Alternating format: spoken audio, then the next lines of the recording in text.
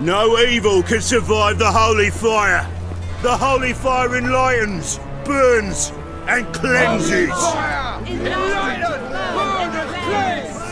Behold the flame of grace and mercy. Special fire for you, freak. Nice, slow burning. You'll beg for mercy in all the voices known to you by the others of your species. None! I wanted only to live like you! Help me, kind folk! Please!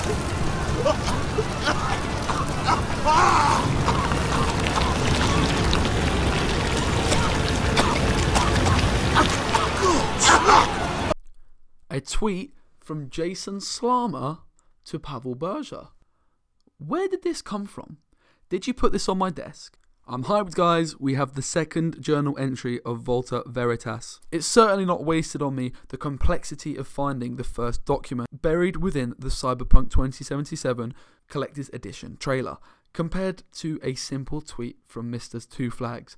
I love it, guys. I do. Monday the 17th of June is an important date. We know that from the first leak, and it seems as though that is going to be the official reveal of this new faction. Yes, that's right, I'm pretty confident it's going to be a new faction, not just an expansion coming at the end of June. In the background is some Calamth gameplay. I've been playing this on stream. We've got Scorch, we've got Hubert. We play this deck on stream all the time, so make sure you check me out over there. And this might just be the biggest Scorch I've ever seen. Make sure you subscribe to keep up to date with all of this. On the document, we have lots of writing, we have 2 board men, and we also have the same sigil hidden behind some text, as you can see here. This is the same sigil from the coin or the shield from the original leaks, and they were also present on the first journal page. I think it's worth pointing out that this particular sigil is behind this guy's head. This man could be the head of the Syndicate. The runes have been transcribed to say Unbreakable Vow Syndicate, or Syndicate Unbreakable Vow. So a syndicate is a group of like-minded people or organisations coming together to have one goal. So there could be some sort of grand conspiracy going on here. At last, I mustered the strength to visit my father's office, if that's what you call a cramped, disorderly room situated above a brothel. Its location was purposeful though. After all, such establishments draw in folk from all walks, providing a steady flow of potential clients.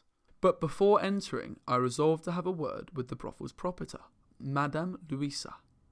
Rumour has it that before rising to a management role, she herself had worked as a prostitute.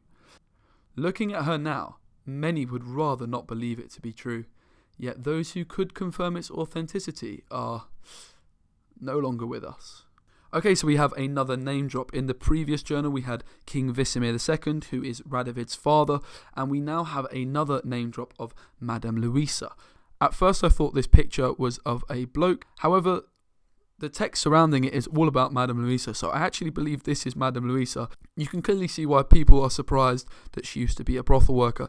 She sounds like someone you do not want to mess with, and quite a switched-on person.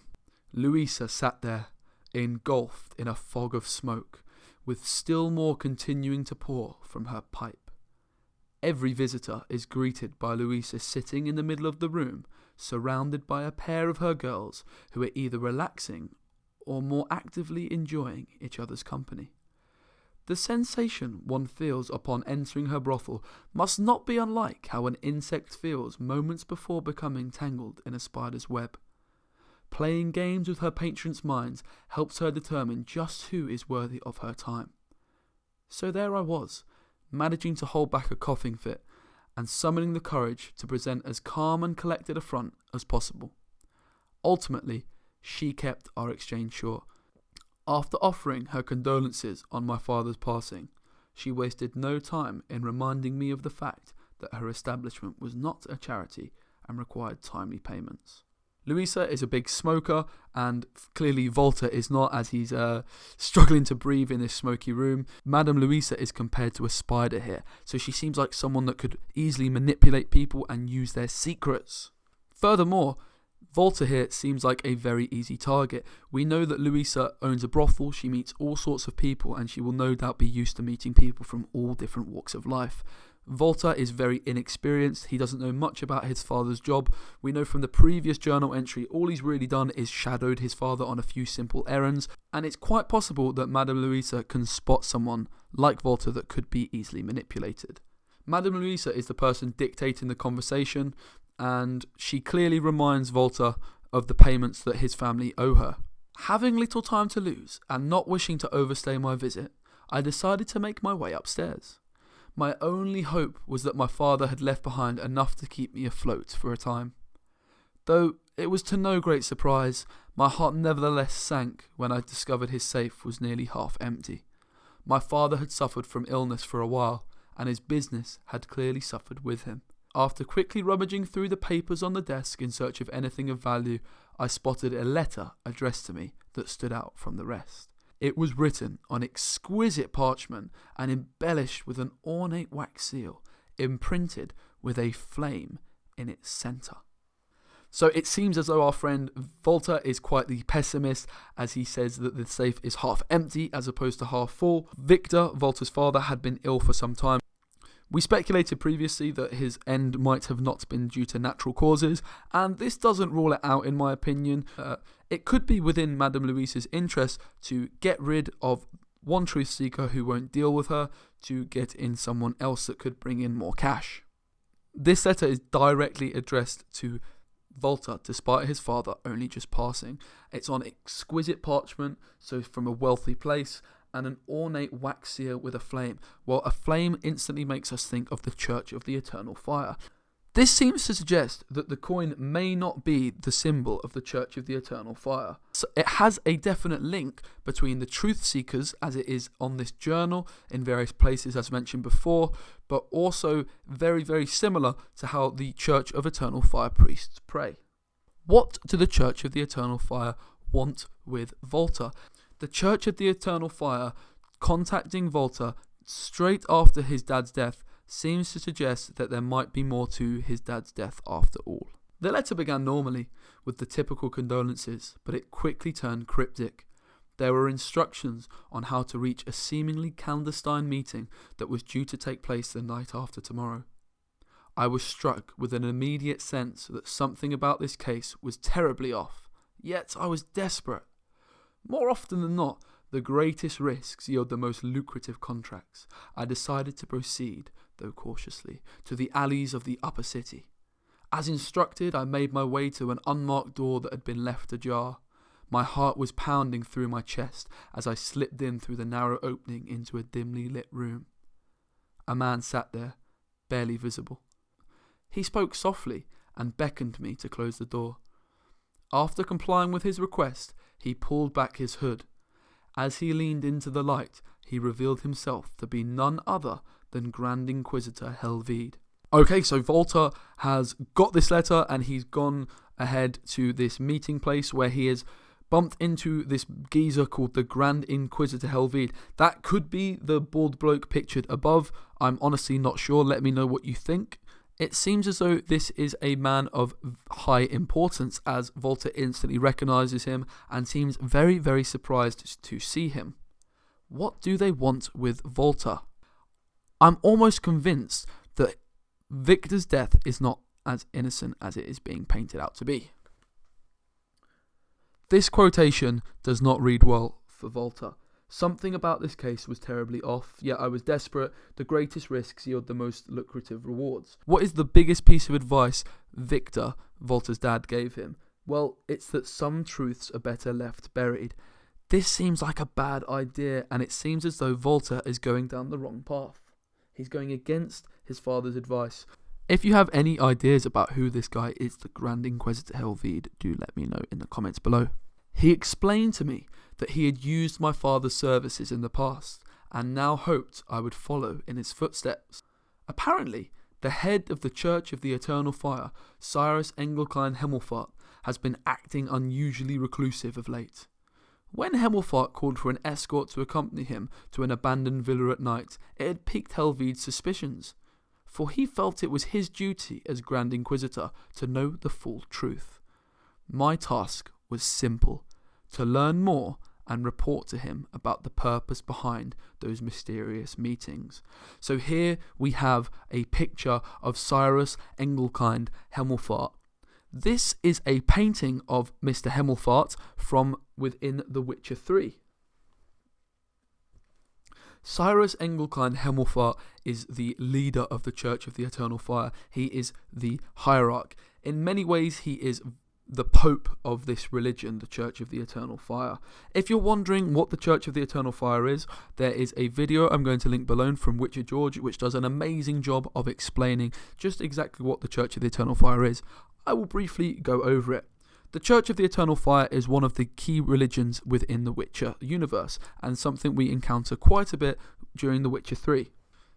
The general concept is that they don't like non-humans. The Eternal Fire cleanses, it burns, and it gets rid of things that are not nice, which in their opinion is non-humans, mages, things like that, even herbalists. The Grand Inquisitor seems to want to know the full truth, and in fact says it's his duty.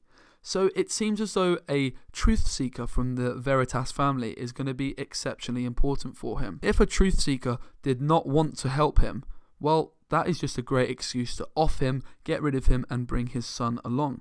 Is this what's happened? Is Grand Inquisitor Helvey behind the death of Victor? The truth I acknowledge is that there are clear divisions within the Church of the Eternal Fire.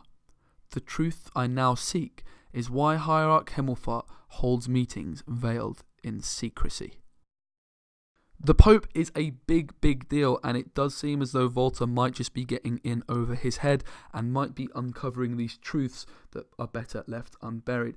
There's also a clear link between the Church and Radovid, as they both have a hatred for non-humans, particularly mages.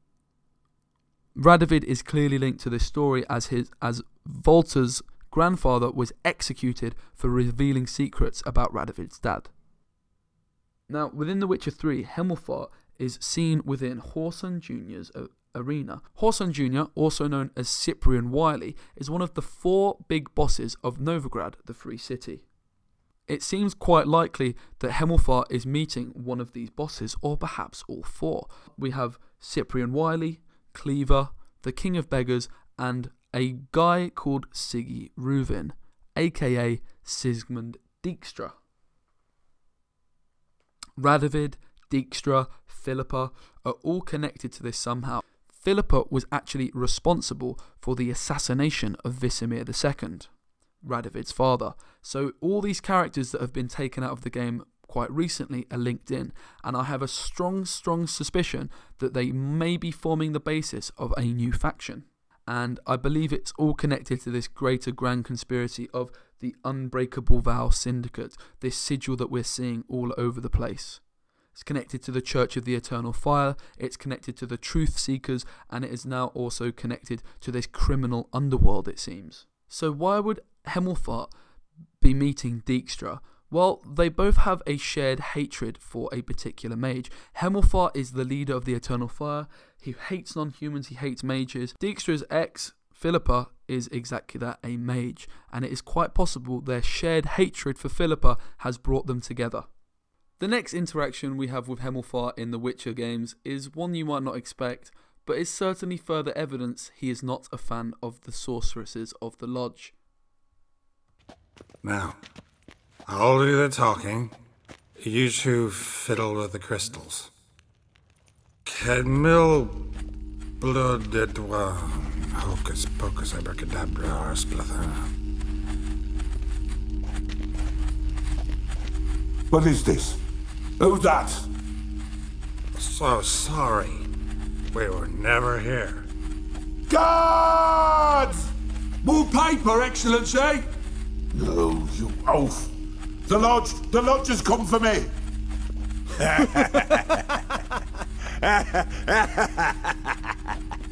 After Vesemir II's assassination, Radovid was not old enough to take over the throne, and it was Dijkstra and Philippa who ruled together for a brief time before Radovid came of age. Dijkstra and Philippa fell out, and Dijkstra hates Philippa.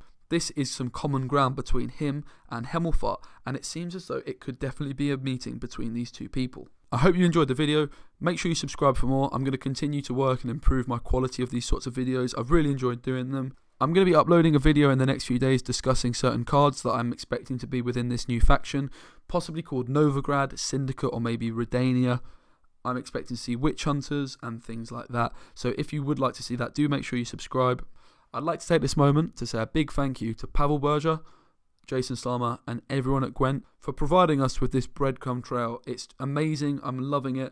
I was live streaming when this tweet first came to the forefront, and it was just absolutely an amazing experience to be sat in chat, reading through it, getting so excited and finding out clues, finding out the lore behind these characters that no doubt will form part of a new faction, or perhaps just an expansion, but I think it seems likely it is going to be a new faction entirely.